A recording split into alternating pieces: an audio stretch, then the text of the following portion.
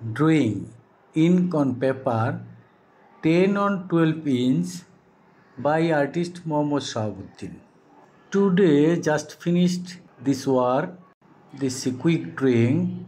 Today 15/5/2024.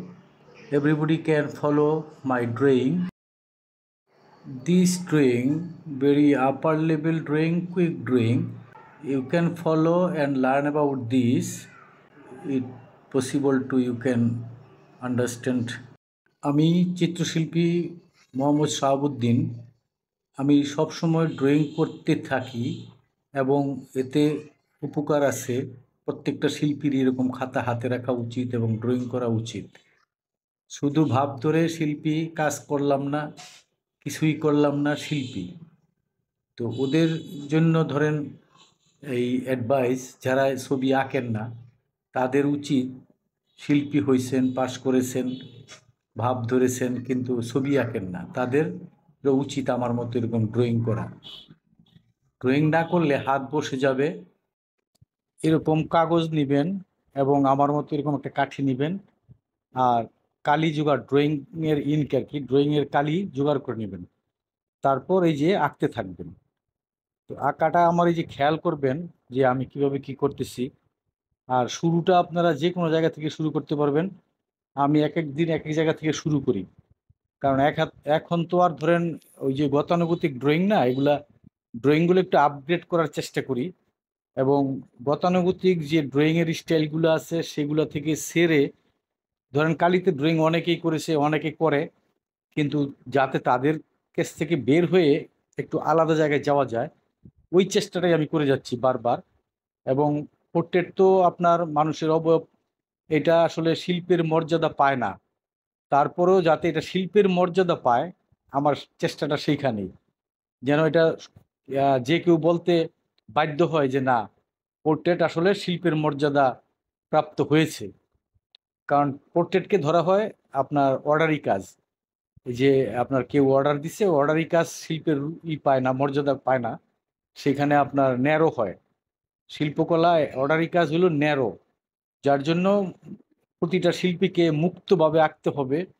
যারা নতুন তারা বুঝতে পারেন না যে ওই ঘষা মাজা ছবির মতো কাজ দেখে অনেকে বাহবা দিচ্ছেন, তো বাহবা দেন, তারাও ভালো আঁকে শিল্পী।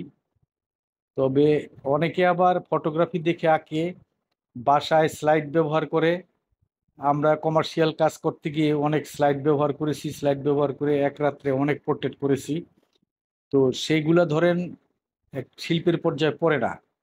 ওই স্লাইড দেখে দেখে রং লাগাই দিলাম, নিজের প্র্যাকটিসটা থাকাতে ওইভাবে রং লাগায় ওইটা ফিনিশ করে দেওয়া যায় অর্ডারি কাজ। তো সেগুলো একটু সাবধানে আপনারা চিনবেন, কোন কাজগুলা শিল্পের মর্যাদা পাইতেছে, কোনটা পাইতেছে না। ক্যামেরা আবিষ্কার হয়ে গেছে, তাহলে আর ওই ঘষা কাজ আর দরকারটা কি? আবার ওই ফটোগ্রাফ ক্যামেরায় করা ধরেন প্রিন্ট করা, ল্যাবে প্রিন্ট করা ছবি দেখে আবার সেই ঘষে ঘষে সেরকম বানানো, একটু ছোট বড় করলেন। তো সেই জায়গা থেকে একটু সাবধানে আপনারা চিনবেন এবং ওই কাজগুলো না করাই ভালো। যেহেতু আমরা শিল্পী, এখন ক্যামেরা আবিষ্কার হওয়াতে লাগে না পোর্ট্রেট, এমনিতেই মানুষ তুলে ঘরে ঝুলে রাখে। তো যেহেতু শিল্পী, শিল্পকর্ম করতে হবে, শিল্পকে আগায় নিতে হবে, শিল্পকে নতুন রূপে রূপান্তরিত করতে হবে, কিন্তু শিল্প গুণ রাইখা। এখন শিল্পগুণ পিছনের দিকে চলে গেল, ঘষাঘষি দিলাম, শিকড় খুঁজতে খুঁজতে আমরা যারা শিল্পী না তাদেরকে এখন শিল্পের মর্যাদায় বসাইয়া বাহবা দিয়া, বুঝছেন না, অনেক কিছুই দেখতেছি। তো সেই জায়গা থেকে সাবধান। যদি একেবারে কিছু না জানা লোকই ধরেন থিওরির যে ব্যাপারটা শিল্পের, সেগুলো না জানা লোকই আপনার যে ছবি আঁকে সেগুলোকে বাহবা দেই, তাহলে তো ইউনিভার্সিটি বন্ধ করে দেওয়া উচিত। যারা যাই না ছবি আঁকে তাদের কাজের দিকে তাকাবো না, ওই তাকায় থাকবো কে কি করলো। ঠিক আছে, সেগুলা ফোক শিল্প হিসাবে আলাদা রূপ আছে, সেইখান থেকে সেগুলো একটু মর্যাদা পায় সাধারণ মানুষের কাজ। তো তাই বলে একেবারে আপনার যারা জানা তাদের কাজকে কোনো পাত্তাই দিব না, আর এখন ওই ঘষা মাজা কাজ নিয়েই বাহবা বাহবা।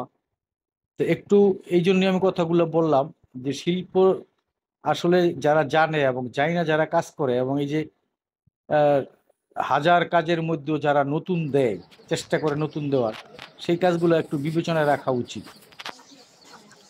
তো এখন শিল্পের মর্যাদা, শিল্পীর মর্যাদা কম হচ্ছে, মানুষ অহরহ ধরেন মর্যাদা হানি ঘটাচ্ছে আমাদের।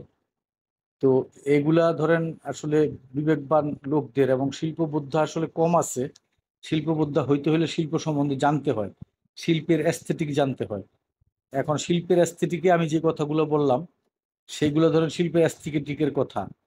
আপনার আপনি কোনোদিন হয় নাই সেই পর্যায়ে আপনাকে কাজ করতে হবে, কোনোদিন দেখি নাই সেই পর্যায়ে। এখন সেই জায়গা না হইয়া শুধু ওই যে ঘইষা ঘইষা আবার ফটোগ্রাফি বানাইলাম আর বাহবা পাইতে থাকলাম বা দিতে থাকলাম, বুঝলাম না কিছুই, বিচারকের স্থানে বসে পড়লাম। বিচারকদেরকেও এখন ভালো জানতে হবে এবং অ্যাস্থেটিক জানতে হবে, শিল্প বুদ্ধা হইতে হবে। যাই না, না যাই নাই বিচারকের দায়িত্বে বসে বিচার আচার শুরু করে দিলাম। এই জন্য আমার কথাগুলো বলা, কারণ আমার আরো ড্রয়িং গেছে, আর আমার ড্রয়িং আরো যাবে। কারণ শিল্পকর্ম তো একটার সাথে একটা মিলে না। ওই আমার একটা, হয়তো দেখতেছেন কালিতে আঁকতেছি, কিন্তু মনে করতে পারেন যে একই কাজ বারবার করে, কিন্তু শিল্পকর্ম তো একই রকম হয় না। এই ডট একই রকম হবে না, এই লাইন একই রকম হবে না, এক কাজের সাথে আরেক কাজের মিলবে না।